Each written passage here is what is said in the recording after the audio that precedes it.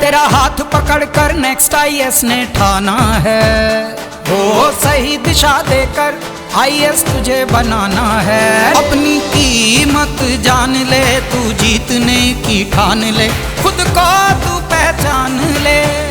आपके सपनों को साकार करने के लिए नेक्स्ट आईएएस लेकर आया है नेशनल स्कॉलरशिप टेस्ट। पाएं 100% तक की स्कॉलरशिप। आज ही रजिस्टर करें।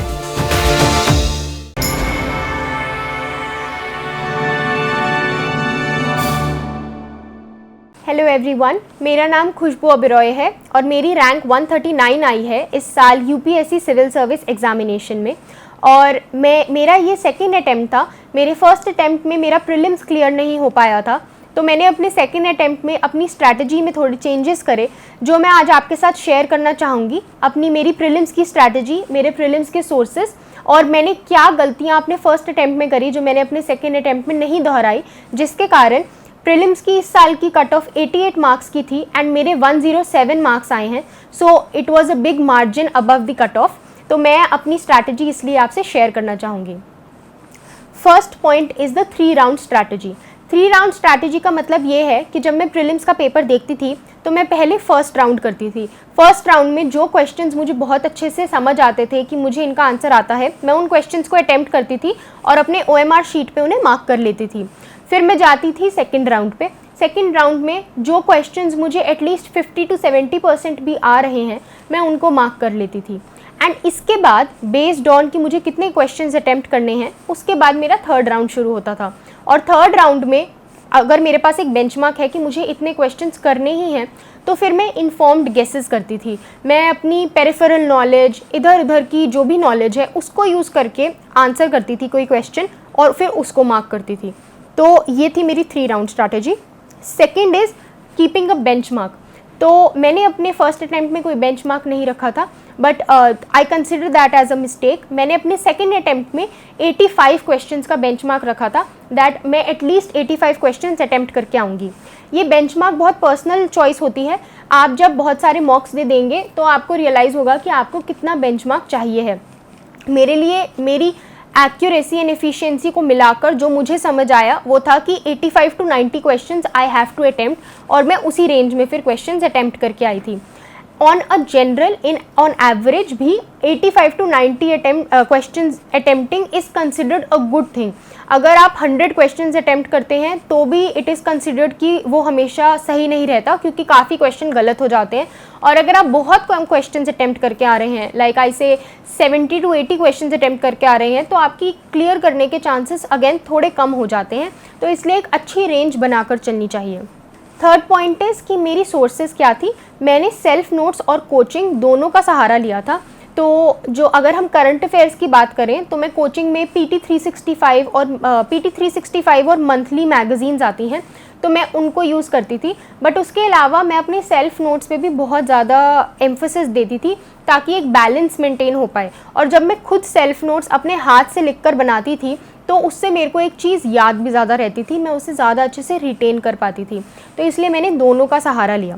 फोर्थ मैं ऐड करना चाहूँगी एनालिसिस। जब आप मॉक टेस्ट देते हैं जो बहुत नेसेसरी हैं प्रीलिम्स में, तो जब आप मॉक टेस्ट देते हैं उसके बाद आता है एनालिसिस का टाइम। एंड एनालिसिस बहुत टाइम लेता है, बहुत टाइम कंज्यूमिंग प्रोसेस है। 2-2, 3-3 घंटे भी लग जाते हैं कभी कभी सिर्फ एक पेपर को एनालाइज करने में। तो मैं ये कहूँगी कि अगर आपका पेपर प्रीलिम्स का बहुत दूर है तब आप 2-3 घंटे दे सकते हैं। जितना आप अच्छे से एनालाइज करेंगे उतना आपको आइडिया लगेगा कि आपने किस क्वेश्चन में क्या गलत किया, और आप उतना वैल्यू एडिशन भी कर पाएंगे अपने नोट्स में। बट अगर आपका पेपर पास आ रहा है या फिर अगर कोई बहुत ही सब्जेक्ट्स बेस्ड स्पेसिफिक कोई टॉपिक है, तो मैं बोलना चाहूँगी कि एनालिसिस में ये भी बहुत इंपॉर्टेंट है कि आपको क्या नहीं पढ़ना है। फॉर एग्जाम्पल, अगर मैं हिस्ट्री के पेपर्स को एनालाइज कर रही होती थी, अगर मैंने हिस्ट्री सब्जेक्ट का ही प्रीलिम्स का मॉक दिया है और मैं उसको आंसर्स को एनालाइज कर रही हूँ, तो कभी कभी हिस्ट्री में बहुत डेप्थ में जो कोचिंग इंस्टीट्यूट्स हैं उन्होंने आंसर्स लिखे होते थे।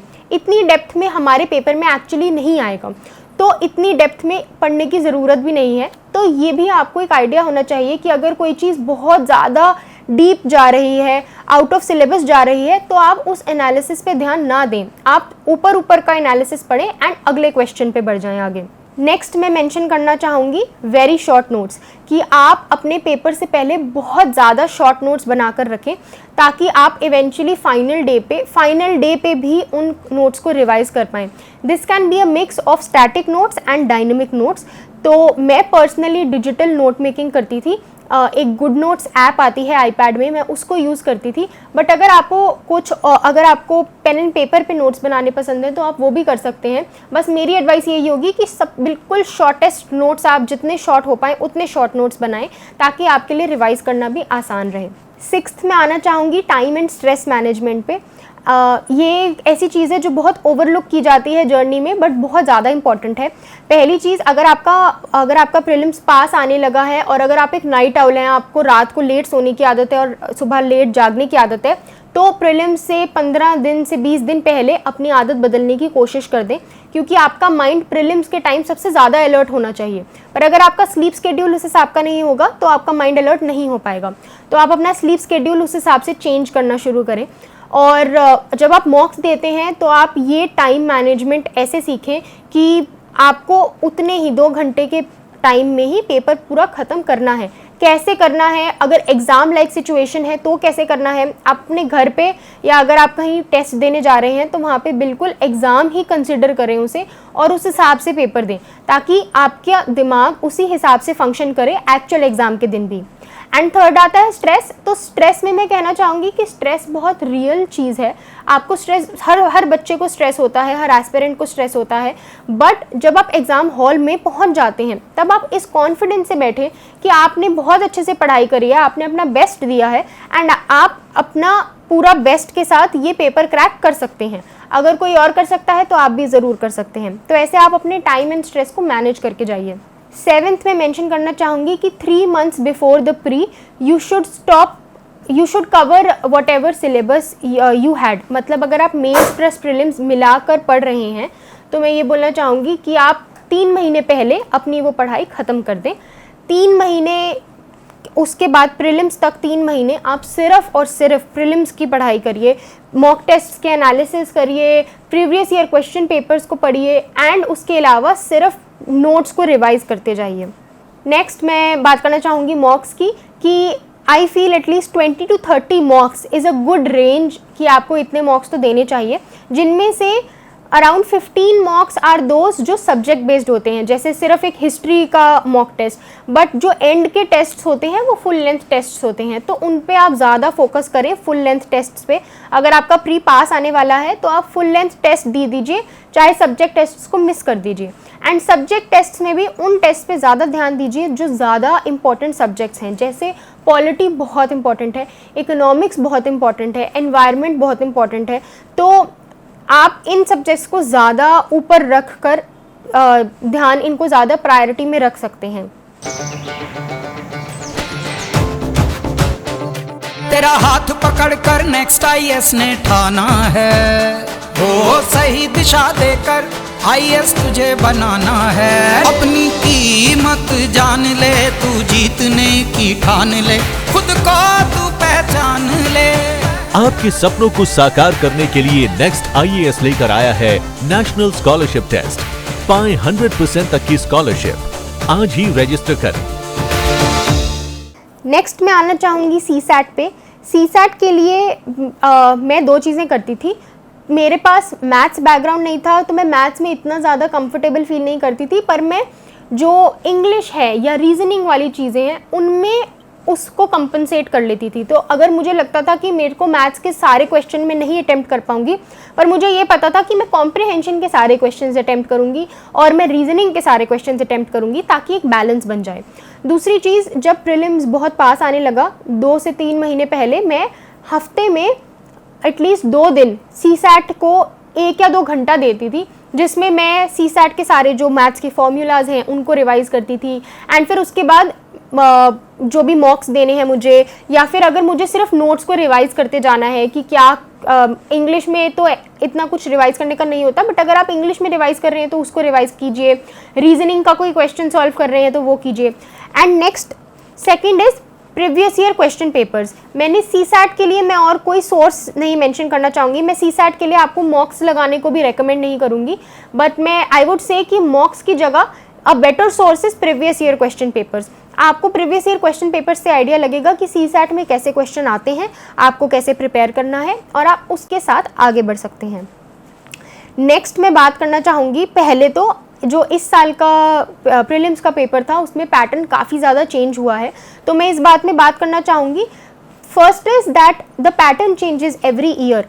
2021 के पेपर में स्पोर्ट्स के क्वेश्चन पहली बार आए थे। 22 वाले पेपर में जो ये एलिमिनेशन वाली चीज़ है, that only one answer is correct, only 2 options are correct, ये वाली चीज़ 22 में शुरू हुई थी, एंड 23 में आगे जाते जाते ये काफ़ी सारे क्वेश्चंस में ये पैटर्न आ गया, तो इसलिए इस बार का पेपर काफ़ी डिफ़िकल्ट लगा लोगों को।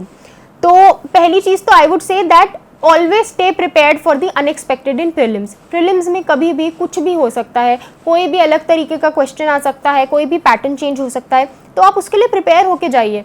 आप इतना बिलीफ रख के जाइए कि जो आपने पढ़ा है आप उसको यूज़ कर पाएंगे, चाहे कैसा भी क्वेश्चन हो, चाहे कैसा भी पैटर्न हो, तो उस कॉन्फिडेंस के साथ ही आप हॉल में जाइए।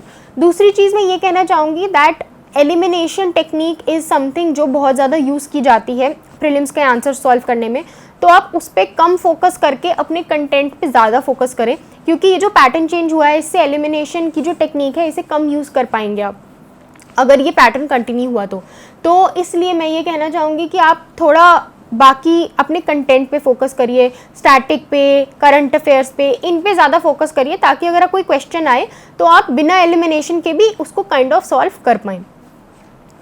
नेक्स्ट मैं इस चीज़ पे डिस्कशन करना चाहूँगी कि मैंने अपने सेकेंड अटैम्प्ट में क्या डिफरेंट किया। मेरे फर्स्ट अटैम्प्ट में मैं प्रीलिम्स 3 मार्क्स से क्लियर नहीं कर पाई थी, बट पूरा 1 साल उसमें चला गया, तो मैं अपने सेकेंड अटैम्प्ट में मैंने वापस सोचा कि मैंने क्या क्या गलतियाँ की थी जो मुझे नहीं दोहरानी, तो मैं उन गलतियों पे डिस्कशन करना चाहूँगी। फर्स्ट इज़, मैं उसको एग्जैक्टली गलती नहीं कहूँगी, but this was a change in my strategy that मैंने अपनी सेकेंड अटैम्प्ट में इंडियन एक्सप्रेस न्यूज़पेपर फॉलो किया था। उससे पहले मैं जो न्यूज़पेपर फॉलो कर रही थी वो मुझे इतना इन्फॉर्मेशन डेंस नहीं लगा, तो इंडियन एक्सप्रेस में एक्सप्लेन्ड का पेज हर दिन आता है, एंड तो इसलिए मैंने उसको फॉलो करना शुरू किया। उसमें बहुत ज़्यादा इन्फॉर्मेशन भी आती थी, तो दैट इज़ वन थिंग जो मैंने चेंज करी। दूसरी है सेल्फ नोट्स पे फोकस। उससे पहले मैं सिर्फ मैगजीन्स पढ़ती थी, मंथली मैगजीन पढ़ी, PT 365 पढ़ी, एंड दैट्स इट, और मैं पेपर देने चली गई थी। बट सेकेंड अटैम्प्ट में मैंने ये सोचा कि सिर्फ मैगजीन्स पे रिलाई नहीं करना चाहिए, तो न्यूज़पेपर से मैंने खुद के भी सेल्फ नोट्स बनाए, जो मुझे लगता था कि, और मैं सेल्फ नोट्स बहुत छोटे बनाती थी, सिर्फ कीवर्ड्स के मेरे नोट्स होते थे कि अगर कोई न्यूज़पेपर में कुछ आया हुआ है, एक्सप्लेन्ड का पूरा एक आर्टिकल मैं सिर्फ 5 लाइन्स में कीवर्ड लिखकर ख़त्म कर देती थी। Next is making a benchmark. मैं अपने फर्स्ट अटैम्प्ट में एक एग्जैक्ट बेंचमार्क सोच कर नहीं गई थी कि मैं कितने क्वेश्चंस अटैम्प्ट करके आऊँगी, इसलिए मैं बहुत फॉल्टर कर गई और मैं सिर्फ 73 क्वेश्चंस अटैम्प्ट करके आ पाई थी। तो अगले जब मैं अटैम्प्ट में गई तो मैं ये सोच कर गई थी कि मेरे को एग्जैक्टली इतने क्वेश्चंस अटैम्प्ट करने ही हैं, and that for me as I said was 85 to 90 questions. And next very important one is less books more revision. जो मेरा फर्स्ट अटैम्प्ट था उसमें मेरा प्रीलिम्स जब पास आने वाला था, सिर्फ 1 महीना दूर था, तब भी मैं न्यू बुक्स पढ़ रही थी कि मैं और कुछ इन्फॉर्मेशन गैदर कर लूँ। बट मैं ये बताना चाहूँगी कि आप 100% कभी भी पढ़ के नहीं जा सकते। The world is so vast, आप 100% नॉलेज कभी गेन नहीं कर सकते। तो अगर आपका प्रीलिम्स पास आ गया है, अभी तक आपने जितना पढ़ा है वो काफ़ी है, आप उस और इन्फॉर्मेशन के पीछे ना भागिए, बुक्स पे कम ध्यान दीजिए और रिवीजन पे ज़्यादा ध्यान दीजिए। मैंने अपने स्टैटिक के लिए भी बहुत कम बुक्स रेफ़र करी थी, मैं क्लास नोट्स या मैगज़ीन और अपनी न्यूज़पेपर के नोट्स पे ही ज़्यादा ध्यान देती थी और उनको मल्टीपल रिविजन्स करती थी, ताकि जो मैंने एक बार पढ़ा है एटलीस्ट वो मुझे एग्ज़ाम में याद रहे, इंस्टेड ऑफ सेइंग कि मैं न्यू चीज़ें पढ़ती जाऊँ। तो दिस वॉज समथिंग जो मैंने अपने सेकेंड अटैम्प्ट में चेंज किया।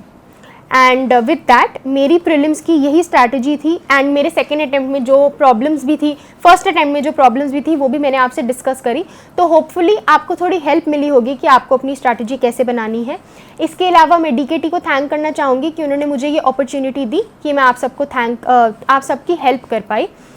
All the best everyone, and journey hard है बट आप भी बहुत टफ है। अपने आप में कॉन्फिडेंस रखिए, सेल्फ बिलीफ रखिए, and you will surely achieve what you dream of. All the very best.